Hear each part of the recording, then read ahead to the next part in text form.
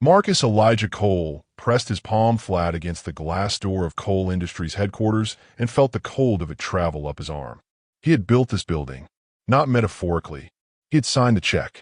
He had stood with the architect on an empty lot in downtown Atlanta on a Tuesday morning in January, pointed at the sky, and said that high. He was wearing a gray hoodie today, dark-washed jeans, white sneakers. He had driven himself, no driver, no security detail, no assistant clicking ahead of him to clear the path. He had a reason for that. He had a very specific reason for all of it. He pulled open the door and walked inside.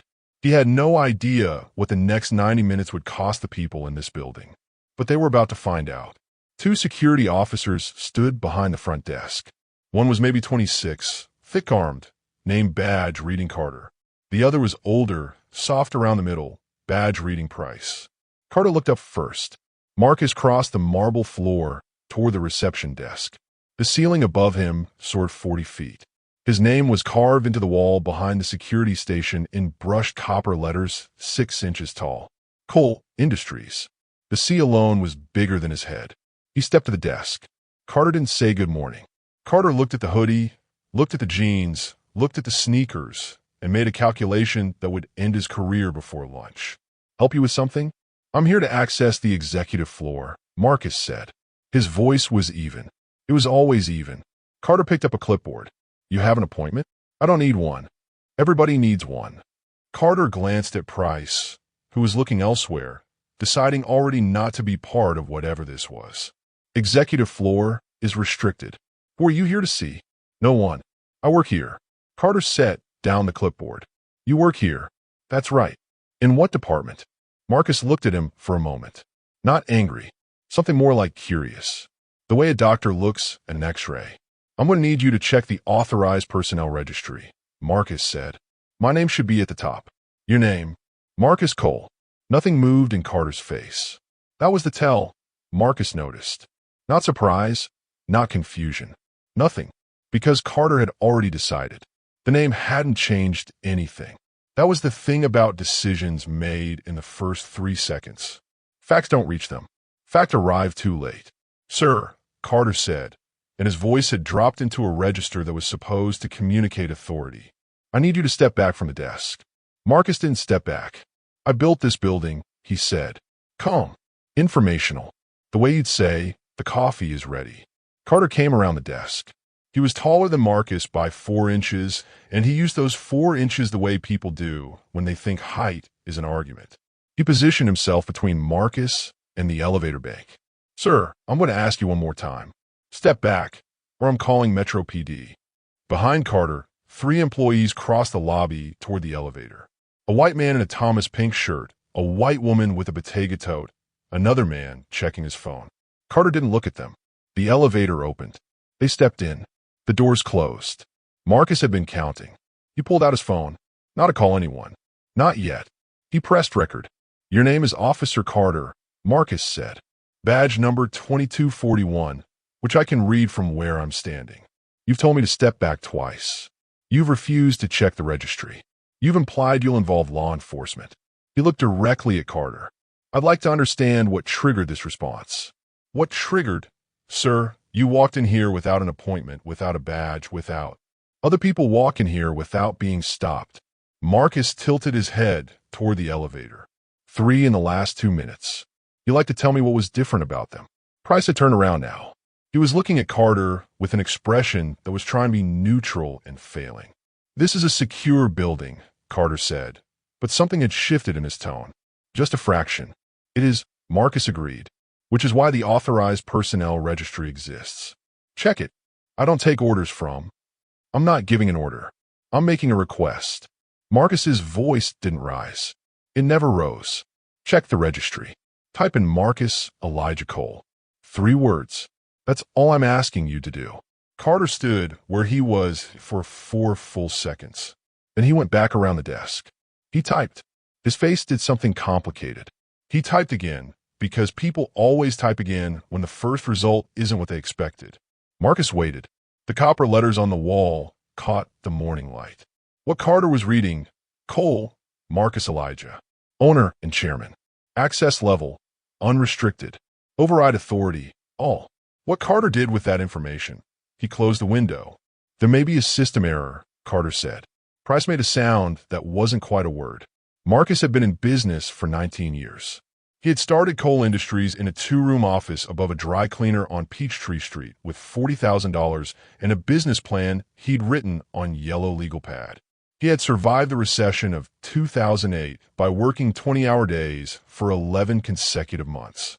He had fought off a hostile acquisition attempt from a competitor twice his size and won.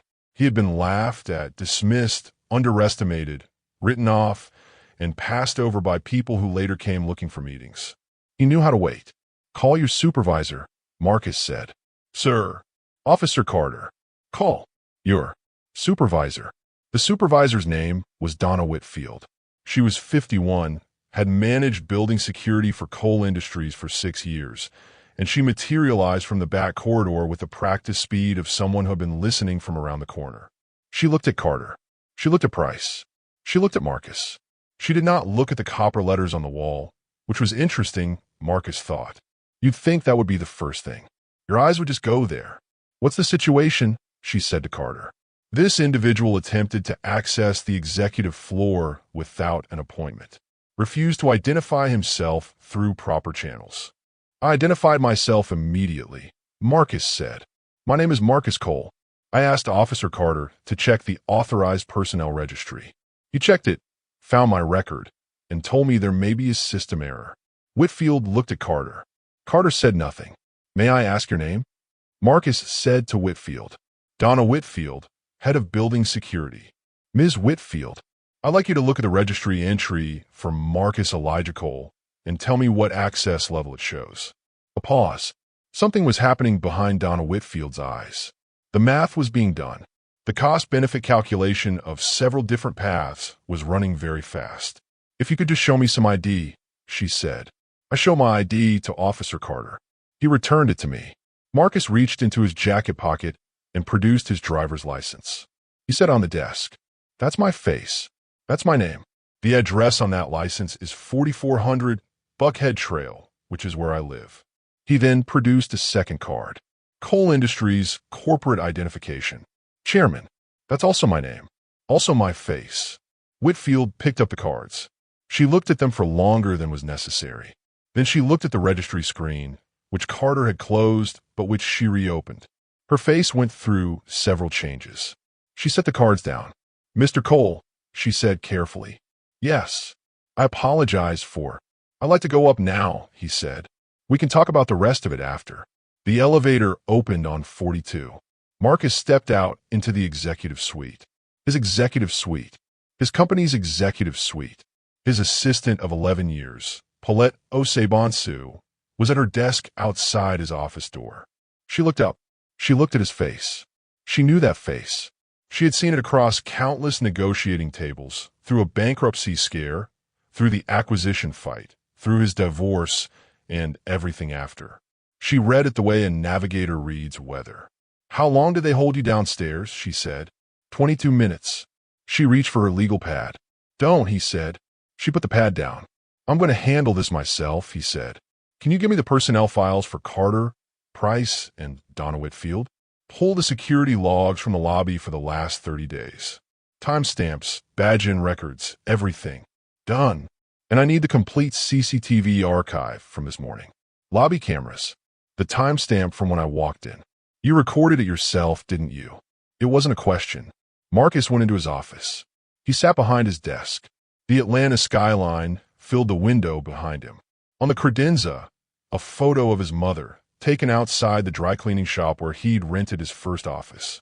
A framed copy of his first Forbes cover, 2019, which he kept not for vanity, but as a document. Evidence, he called it. Evidence that where you ended up had no relationship to where people decided you were going. He opened his laptop. He pulled up the 30-day security log. What he found in the next 40 minutes would make everything that happened in the lobby look like a prologue. Here is what the log showed. In 30 days, 1,847 people had entered the building through the front lobby. Security had stopped 214 of them for what the system called extended verification, requests for appointments, Demand for additional identification, calls to supervisors. Standard protocol applied inconsistently. Of those 214, 179 were black. 179 out of 214. In a building where the workforce, according to coal industry's own HR records, was 38% black. The math wasn't complicated. Marcus had an MBA from Wharton and had been doing numbers his whole life. He could feel the shape of something before he could name it. This wasn't random variation. This was a practice. Informal, undocumented, never written down anywhere, because people who operate this way understand instinctively that the writing down is what gets you caught. But cameras don't care about what gets written down. He called Paulette. "Give me Randall." Randall Okafor was Coal Industries' chief legal officer. He appeared in Marcus's doorway 8 minutes later, which was fast even for Randall, which meant Paulette had told him something on the way up. Marcus turned the laptop to face him. Randall sat. He read. He asked no questions, which was how Marcus knew Randall understood the severity, because Randall always asked questions. "How do you want to proceed?" Randall said, "I want a full audit. Every log, every camera, every incident report for the last 12 months. I want to know if this is a building-specific problem or whether it extends to our other properties." Marcus leaned back. "And I want to talk to Carter. Today." "Yes. As a formal disciplinary proceeding? I should be present if." "No, just the two of us. A conversation." He paused. "I'm not going to ambush him. I'm going to give him the chance to tell me who he is." They brought Carter up at 3 in the afternoon. He walked into Marcus's office, and his face did the thing faces do when the ground shifts beneath them. His eyes went to the office, to the view, to the furniture, to the credenza with the Forbes cover, and then, unavoidably, back to Marcus Cole, who was sitting behind his own desk, in his own company, looking exactly like himself. Carter sat across from him. He had the posture of a man who had spent the hours since the lobby preparing a defense and was only now realizing the defense was the wrong shape for what was actually coming. "I'm not going to tell you what your file shows," Marcus said. "I'm not going to tell you what the security logs show or what our HR data shows or what my personal recording from this morning shows. I want to ask you one question first." Carter waited. "When you saw me walk through that door this morning," Marcus said, "what did you decide before I reached the desk?" The silence stretched. "I don't know what you mean," Carter said. "Yes, you do." Carter looked at his hands, then at the window, then at the Forbes cover, which he seemed to register for the first time, and Marcus watched his eyes read the headline and watched something collapse in Carter's face. Not guilt exactly, something more like the recognition of a very large mistake that can't be unmade.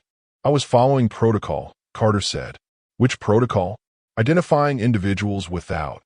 You didn't follow protocol with the 3 employees who walked through before me. I watched them."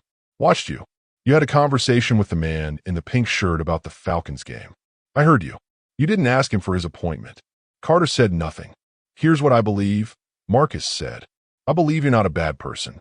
I believe you've learned a set of reflexes from somewhere, from your training, from your environment, from something that caused you to look at me and make a decision in about 2.5 seconds. I believe you weren't fully aware you were making it." He paused. "I also believe awareness isn't the same as consequence-free." Carter's jaw worked. "I'm going to tell you what the data shows," Marcus said, "because you deserve to understand the full picture of what you've been part of." He turned the laptop. Carter read. The color moved through his face like weather. He read for a long time. He read it more than once. When he looked up, something had changed in his eyes. Not the defensive something from before. Something rawer. "I didn't know it was that," he started. "Systematic," Marcus supplied. Carter nodded. "Most people don't," Marcus said. "That's how it persists." Here is what Marcus Cole announced 3 weeks later in a press conference in the same lobby where it all began. Coal Industries would implement an independent audit of all security practices across its 17 properties nationwide. Any employee found to have engaged in racially discriminatory conduct would face immediate review and appropriate consequence. The company was establishing a civil accountability division, reporting directly to the chairman, with authority to investigate and act on any complaint of discrimination at any level of the organization. All building security personnel would undergo mandatory bias recognition training within 90 days. Not a video, not a webinar. A real program developed with civil rights organizations, with real accountability built in. A fund, $10 million, funded by Marcus personally, would be established to support legal aid for individuals who had experienced discrimination within coal properties and had never reported it because they didn't believe anyone would listen. And finally, the lobby cameras covering the front entrance of this building and every other coal industry's property would now stream in real time to an independent oversight board. I walked into my own company, Marcus said, standing at the podium, dressed the same way he'd been dressed 3 weeks earlier. Gray hoodie, dark jeans, white sneakers. Deliberate. And I was told to leave. Not because I didn't belong here. I built this. But because of what someone decided about me before I reached the desk. He looked out at the reporters, at the employees gathered along the edges of the lobby, at the copper letters on the wall behind him. I had the resources to make this moment matter. Most people don't. This fund, these policies, this audit, they're for the people who got stopped and had nowhere to go with it. A reporter raised her hand. Mr. Cole, what happened to the security officer who detained you? Marcus paused. He had thought about this question. He had known it was coming, and he had prepared his answer carefully, because the answer mattered more than the question. Officer Carter is still employed here, he said. He cooperated fully with our review. He's participating in the new training program. He will be subject to evaluation at 90 days. Another pause. I'm not interested in destruction. I'm interested in change. Those are different outcomes. And if the behavior repeats, the reporter pressed, then the outcome changes, Marcus said simply. 6 months later, Paulette handed Marcus a report over his morning coffee. It was the first audit summary from the Civil Accountability Division. 41 formal complaints received across 17 properties. 38 investigated. 22 substantiated. 17 policy changes implemented as a result. For employees separated from the company following review. 2 properties identified for expanded monitoring. 1 lobby, the Atlanta headquarters, showing a 44% reduction in extended verification incidents. The remaining incidents, racially random in their distribution for the first time in the data's history. Marcus read the report. He set it on his desk. He looked at the Atlanta skyline. His mother had cleaned offices. She had worked the early shift, 3:30 in the morning until 7, at a financial services firm in Midtown. She had cleaned the lobbies of buildings like this one. She had pushed her cart past security desks staffed by people who looked through her as if she were furniture. She had told Marcus about it once, just once, in the matter-of-fact way she had of recounting the things the world had done to her. Not bitterness, just information. That's how it is, she'd said. Marcus looked at the audit report on his desk. That's how it was, he thought. He picked up his pen and signed the authorization for Phase 2 of the audit. The work continued. It always continued.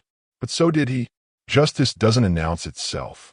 Sometimes it walks through a glass door in a gray hoodie with a recording app already open, and it waits.